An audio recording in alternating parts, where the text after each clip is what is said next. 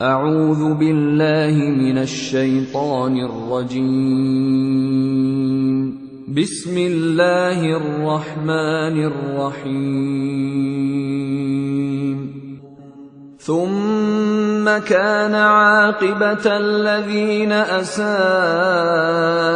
السوء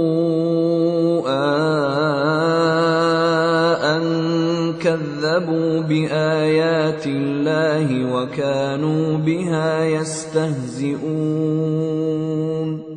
الله يبدأ الخلق ثم يعيده ثم إليه ترجعون ويوم تقوم الساعة يبلس المجرمون ولم يكن لهم من شركائهم شفعاء وكانوا بشركائهم كافرين ويوم تقوم الساعة يومئذ يتفرقون فأما الذين آمنوا وعملوا الصالحات السلام عليكم ورحمة الله وبركاته. إن الحمد لله نحمده ونستعينه ونؤمن به ونتوكل عليه ونعوذ بالله من شرور أنفسنا ومن سيئات أعمالنا من يهده الله فلا مضل له ومن يضلل فلا هادي له وأشهد أن لا إله إلا الله وحده لا شريك له وأشهد أن محمدا عبده ورسوله أرسله بالهدى ودين الحق ليظهره على الدين كله ولو كره المشركون يا أيها الناس اتقوا ربكم الذي خلقكم من نفس واحدة وخلق منها زوجها وبث منهما رجالا كثيرا ونساء واتقوا الله الذي تساءلون به والأرحام إن الله كان عليكم رقيبا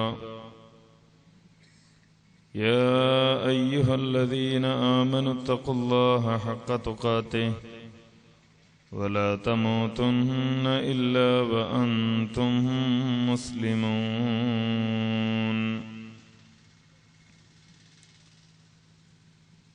أما بعد فإن خير الكلام كلام الله وخير السنن سنن محمد صلى الله عليه وسلم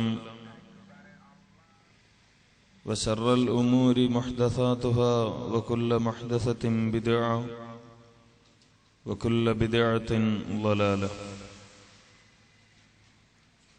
أعوذ بالله من الشيطان الرجيم بسم الله الرحمن الرحيم اهدنا الصراط المستقيم صراط الذين أنعمت عليهم غير المغضوب عليهم ولا الضالين.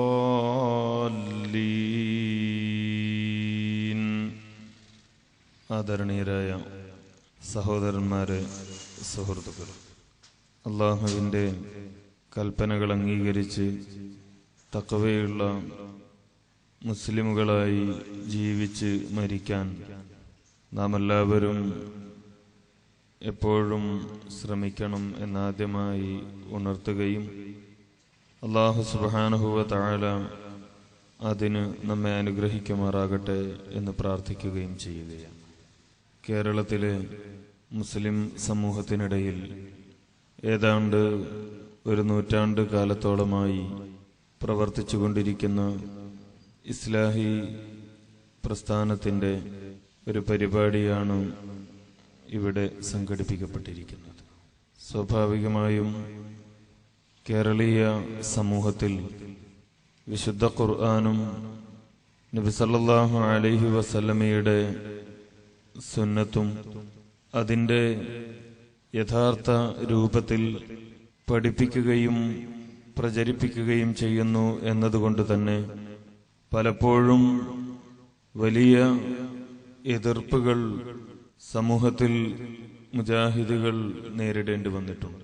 അതോടൊപ്പം തന്നെ ഈ പ്രസ്ഥാനത്തിൻ്റെ ആശയത്തെ ഖുർആനിന്റെയും സുന്നത്തിന്റെയും അടിസ്ഥാനത്തിൽ മുജാഹിദുകൾ ഈ സമൂഹത്തോട് പറഞ്ഞുകൊണ്ടിരിക്കുന്ന ആദർശത്തെ തെറ്റിദ്ധരിപ്പിക്കാനും ദുർവ്യാഖ്യാനിക്കാനുമുള്ള ശ്രമങ്ങളും എമ്പാടും നടക്കാറുണ്ട് എന്നും നമുക്കറിയാം.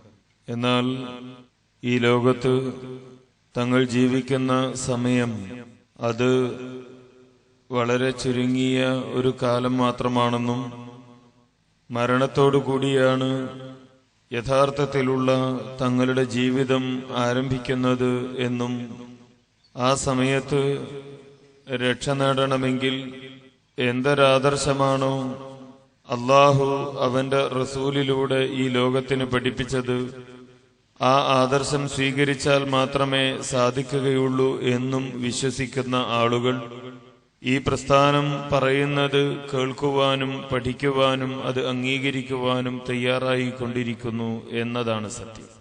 മുജാഹിദ് പ്രസ്ഥാനം ഈ സമൂഹത്തിൽ വരുത്തിയ ഒരുപാട് പരിവർത്തനങ്ങളെക്കുറിച്ച് നേരത്തെ നാം കേൾക്കുകയുണ്ടായി, മനസ്സിലാക്കുകയുണ്ടായി.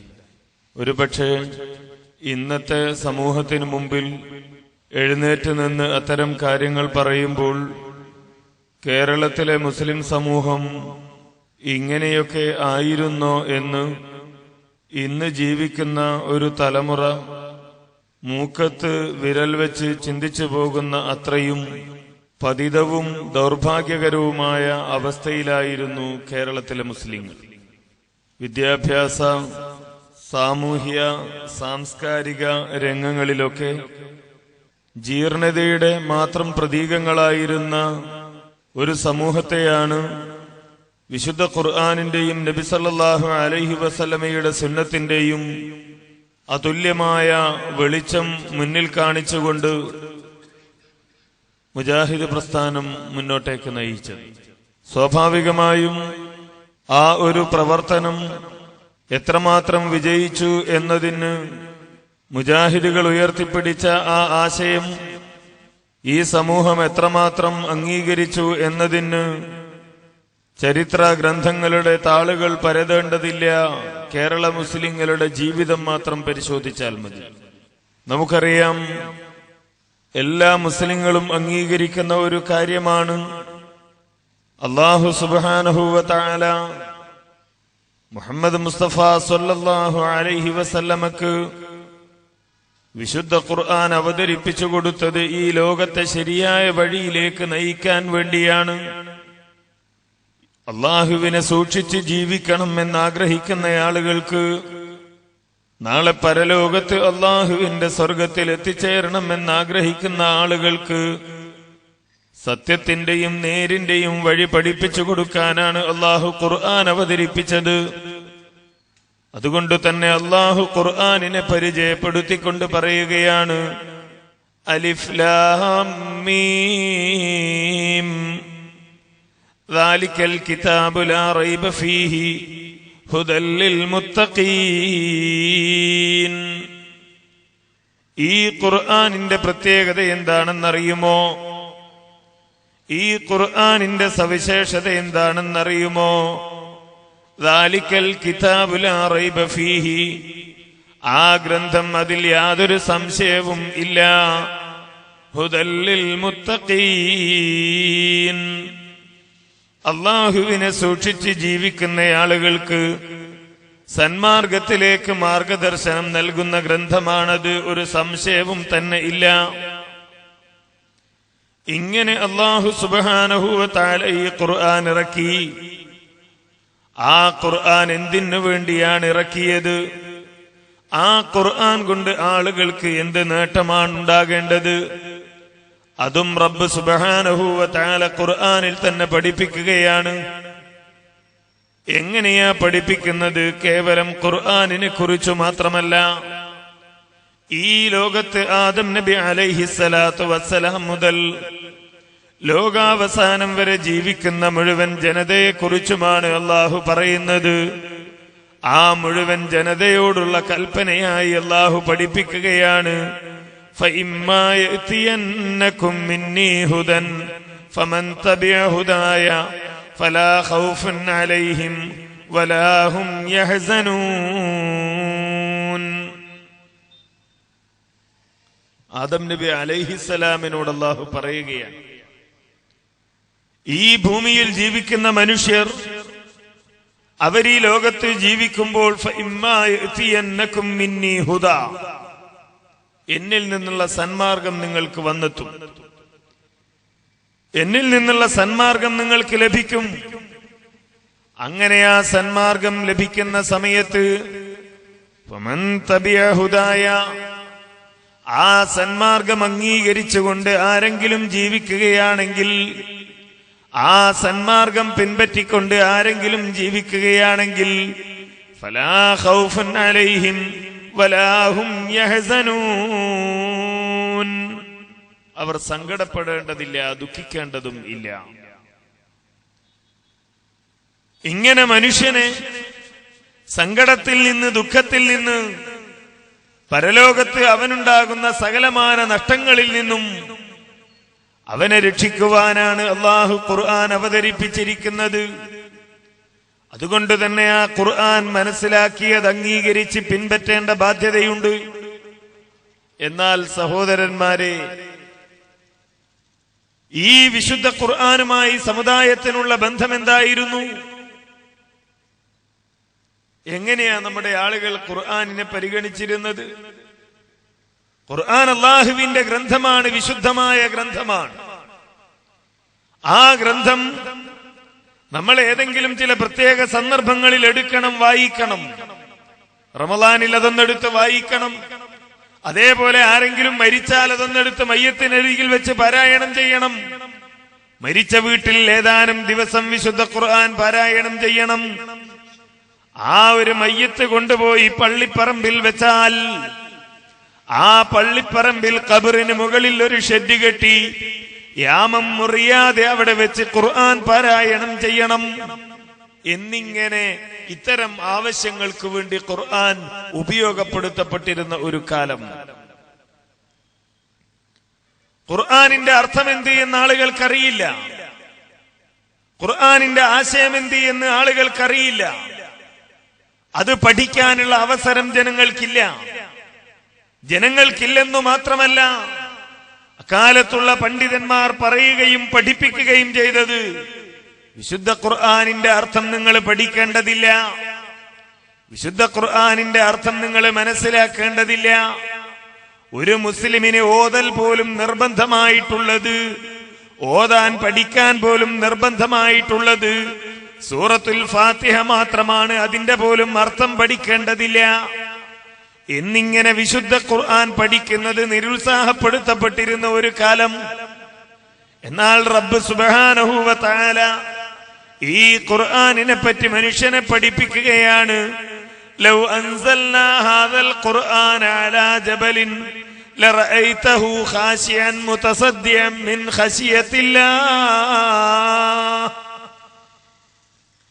ഈ വിശുദ്ധ ഖുർആനിനെ എങ്ങാൻ ഒരു മലയുടെ മുകളിലായിരുന്നു നാം ഇറക്കിയിരുന്നത് എങ്കിൽ, ഒരു മലയ്ക്ക് ചിന്തിക്കാനുള്ള കഴിവില്ലല്ലോ, ഒരു പർവ്വതത്തിന് കാര്യങ്ങളെക്കുറിച്ച് ആലോചിക്കാനുള്ള കഴിവില്ലല്ലോ, ജീവനില്ല, ബുദ്ധിയില്ല, ചിന്തിക്കാനുള്ള കഴിവില്ല. എന്നിട്ടും അല്ലാഹു പറയുകയാണ്, അത്തരമൊരു പർവ്വതത്തിന്റെ മലയുടെ മുകളിലാണ് ഈ ഖുർആനിനെ നാം അവതരിപ്പിച്ചിരുന്നത് എങ്കിൽ, ലൗ അൻസൽനാ ഹാദൽ ഖുർആന അലാ ജബൽ, അങ്ങനെ ഒരു മലയുടെ മുകളിലാണ്, പർവ്വതത്തിന്റെ മുകളിലാണ് ഈ ഖുർആനിനെ നാം അവതരിപ്പിച്ചിരുന്നത് എങ്കിൽ